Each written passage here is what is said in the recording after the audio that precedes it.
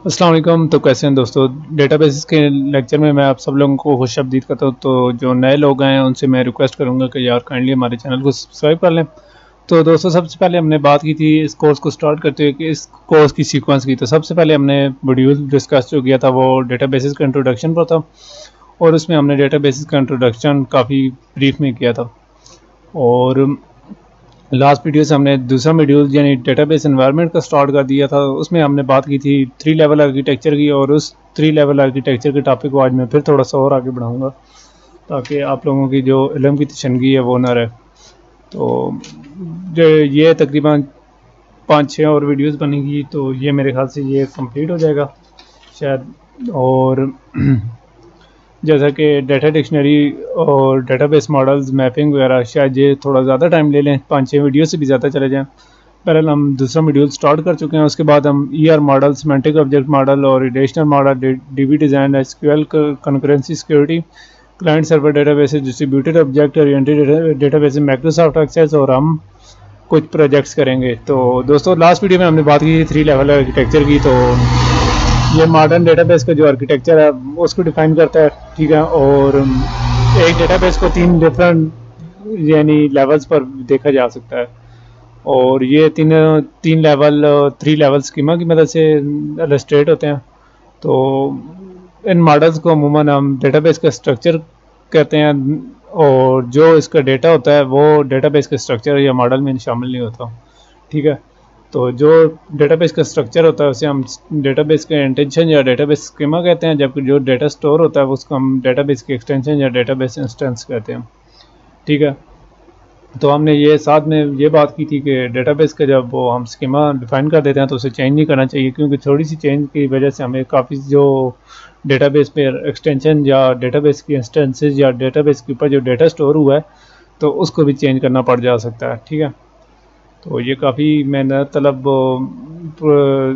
काम है, और हमने कहा था यानी डेटा की एंट्री या डेटा की जो एक्सटेंशन है उसको अमूमन डेटा के स्कीमा या इंटेंशन या स्ट्रक्चर को डिफाइन करने के बाद करना चाहिए। डेटा एंट्री पहले नहीं करनी चाहिए, बाद नहीं तो हमारे लिए मसाइल होते हैं।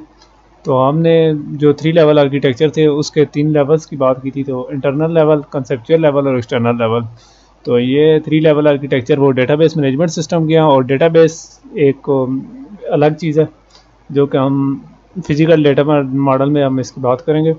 तो दोस्तों सबसे पहले हम बात कर लेते हैं इंटरनल लेवल की, और कंसेप्चुअल लेवल और एक्सटर्नल लेवल। तो सबसे पहले हमें मेरे ख्याल से इंटरनल लेवल की बात नहीं करनी चाहिए, सबसे ऊपर वाले लेवल एक्सटर्नल लेवल की बात करनी चाहिए, ठीक है। क्योंकि हमारा जो डेटा आ रहा है वो डेटाबेस से इंटरनल लेवल, कंसेप्चुअल लेवल, और हम जो डेटा डायरेक्टली लेते हैं वो एक्सटर्नल लेवल पर है। तो आज हम बात करेंगे एक्सटर्नल लेवल की। तो दोस्तों एक्सटर्नल लेवल जो डेटाबेस के काफ़ी सारे व्यूज़ होते हैं उनका मजमूआ होता है, ठीक है। और हर एक्सटर्नल व्यू हर यूज़र के हिसाब से डेटा का जो व्यू है या डेटा को डिस्प्ले करता है। मतलब कोई यूज़र है, साइंटिफिक यूज़र, साइंटिस्ट है, तो उसको साइंटिफिक डेटा जो डिस्प्ले होता है उसी डेटा में से स्टैट के हिसाब से मीडियन वगैरह ये चीज़ें शो हो रही होती हैं। नॉर्मल यूज़र को सिर्फ नॉर्मल फिगर शो हो रहे होते हैं, ठीक है। तो ये जो कुछ भी होता है ये एक्सटर्नल लेवल पर होता है, ठीक है। डेटा जो नीचे होता है कंसेप्चुअल लेवल पर, या जो डेटा हमारा स्टोर होता है या स्कीमा वगैरह या इंटेंशन या एक्सटेंशन, वो सिमिलर होती हैं। यानी ये एक्सटर्नल लेवल के काम होता है कि हर यूज़र को उसके हिसाब से रिप्रेजेंट करता है, ठीक है।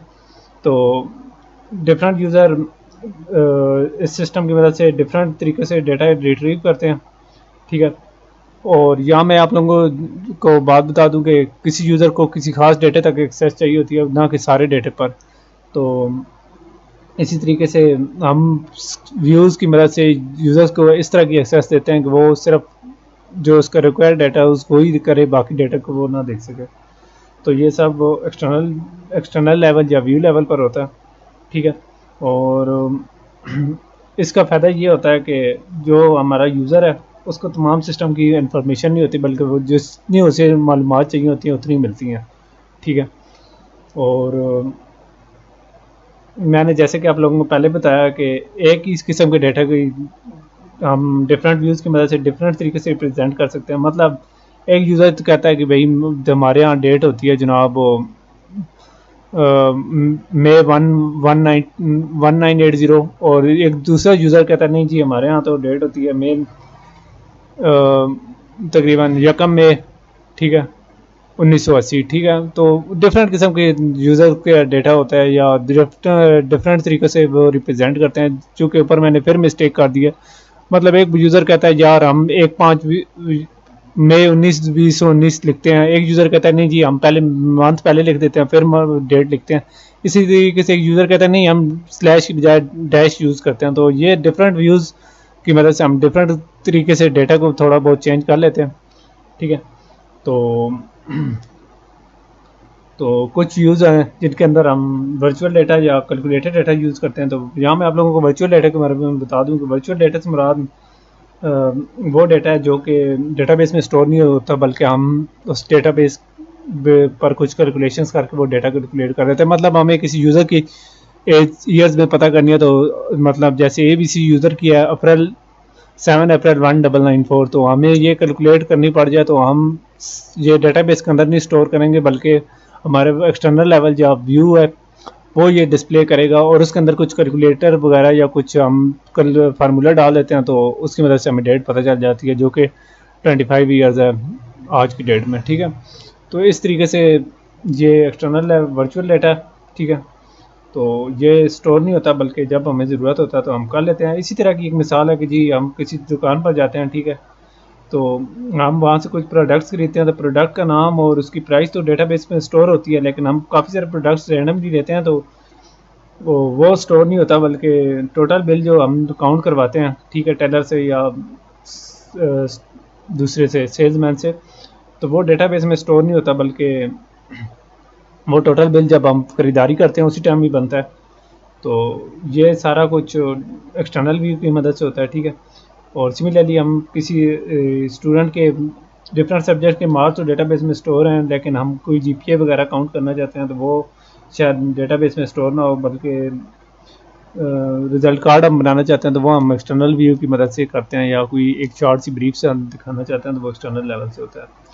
तो एक्सटर्नल लेवल को अमूमन एक्सटर्नल स्कीमा भी कहा जाता है और इसको अमूमन सब स्कीमा भी कहा जाता है, और एक्सटर्नल स्कीमा से मुराद डेटा की डिफरेंट किस्म के व्यूज़ हैं। तो दोस्तों हम डेटा को एक किस्म का डेटा होता है, जैसे कि आप नीचे कंसेप्चुअल लेवल पर डेटा देख सकते हैं यहाँ, ठीक है। तो एक किस्म का हम उसको काफ़ी डिफरेंट तरीक़ों से भी शो कर सकते हैं, ठीक है।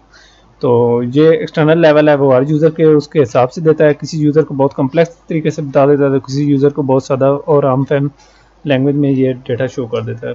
तो दोस्तों नेक्स्ट वीडियो में हम दूसरे लेवल यानी लॉजिकल या कंसेप्चुअल लेवल की बात करेंगे। तो तब तक के लिए इजाज़त चाहता हूँ।